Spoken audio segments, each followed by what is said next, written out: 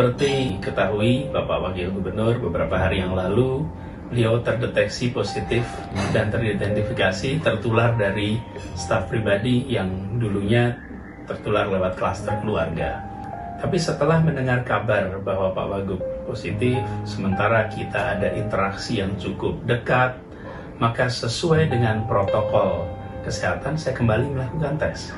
Lalu hari Senin tanggal 30 November, saya kembali menjalani swab PCR sebagai konfirmasi atas hasil antigen hari sebelumnya.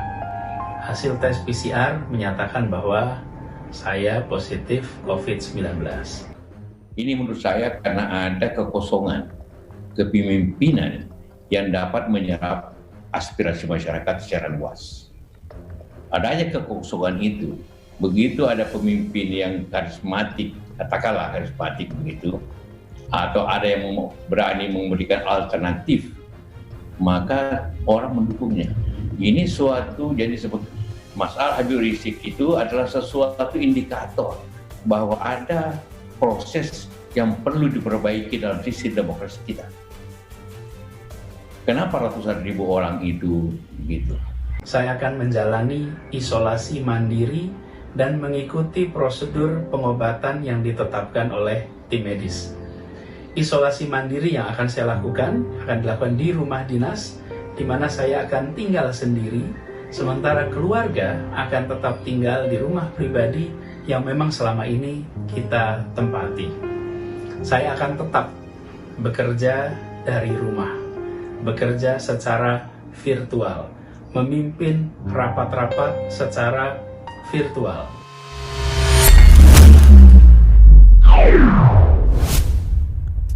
Modiar, omongan JK jadi kutukan buat Rizik dan Anies. Poros JK, Anies dan Rizik makin kesini makin kacau. Sosok Rizik Syihab yang nampaknya direncanakan sebagai endorser buat Anies malah sibuk sendiri. Lari sana, lari sini, kayak ngejar dan dikejar. Semakin dekat saja dengan istilah fugitif alias buronan, seperti yang disematkan oleh media Australia. Makin lucu aja kita melihatnya. Awalnya kayak sinetron, tapi lama-lama jadi kayak acara reality show settingan. Makin bikin tambah gemes aja. Sementara itu, Anies Baswedan makin terlihat dramanya di publik. Bahkan ketika dia mengaku positif COVID-19. Bukan hanya saya yang tidak percaya. Ada pihak lain juga kok. Bisa disebabkan karena dia nggak mau dipanggil lagi oleh aparat kepolisian. Atau sebab lainnya. Intinya, kepercayaan publik atas Anies Baswedan sangat sulit untuk dibangun lagi. Sementara itu, JK sendiri sekarang lebih sering dijuluki publik menggunakan istilah sebutan Hitler atau Chaplin. Julukan-julukan yang berkonotasi negatif, bukan?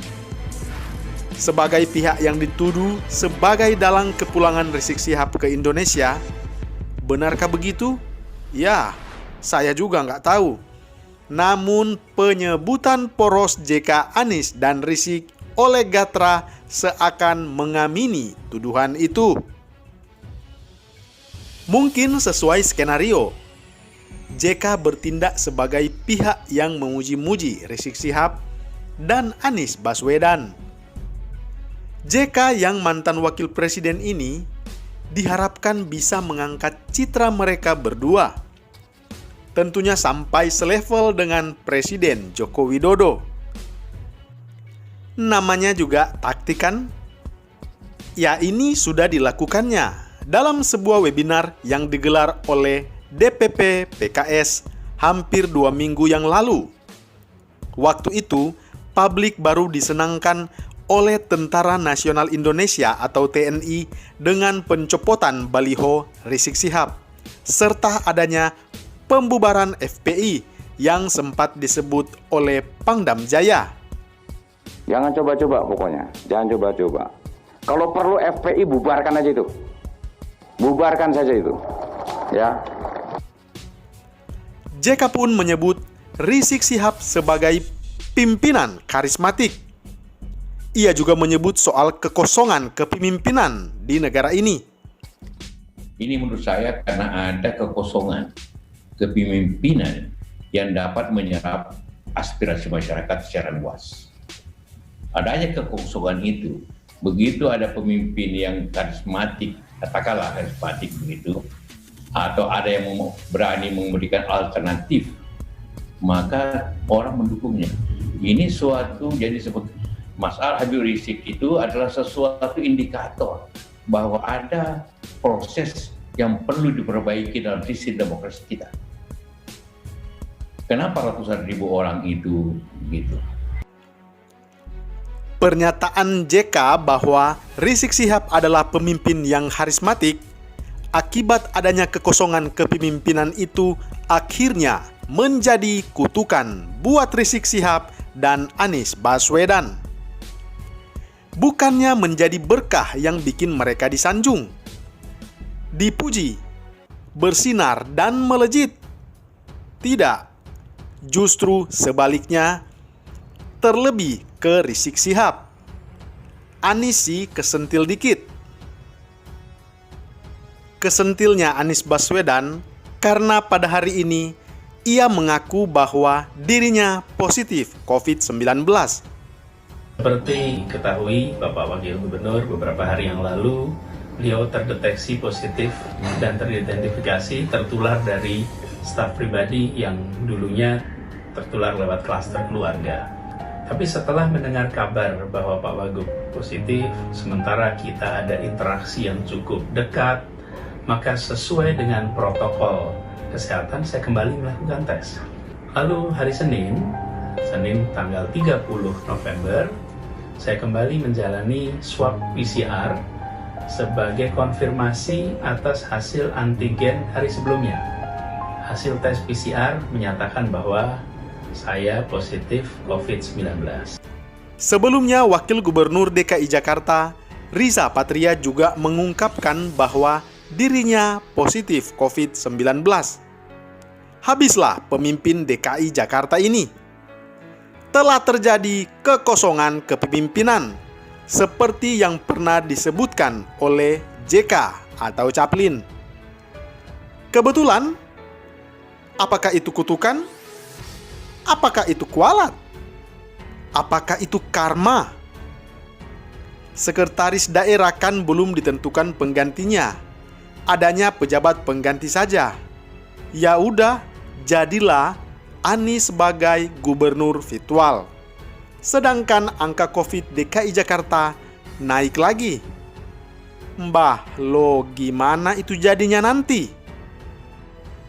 Sementara Rizik Syihab sesudah disebut sebagai pemimpin karismatik oleh JK, malah makin terpojok dan tersandung banyak masalah dan blunder. Dari Jakarta kabur ke Bogor, dari Bogor lewat pintu belakang kabur lagi ke tempat yang belum diketahui secara pasti. Dilansir berbagai media, Rizik Syihab diduga sembunyi di perumahan Mutiara Sentul, klaster The Nature Bogor. Rumah itu merupakan rumah salah satu anak Rizik Syihab. Kabarnya, Rizik Syihab berada di sana untuk melakukan isolasi mandiri. Dikabarkan juga bahwa warga perumahan melakukan demo protes atas keberadaan Rizik Syihab di sana yang dianggap mengganggu. Dari kabur lalu ditolak warga. Terus karismatiknya itu di mana ya? Ditambah lagi dengan perkembangan soal panggilan pemeriksaan dari pihak kepolisian yang harusnya hari ini. Namun hingga saat ini Rizik Syihab tidak kunjung datang.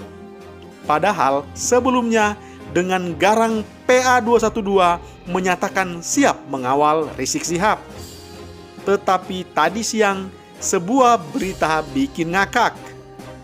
Dari suara.com bertajuk ditunggu polisi untuk diperiksa. Habib Rizik mendadak ngaku lemas.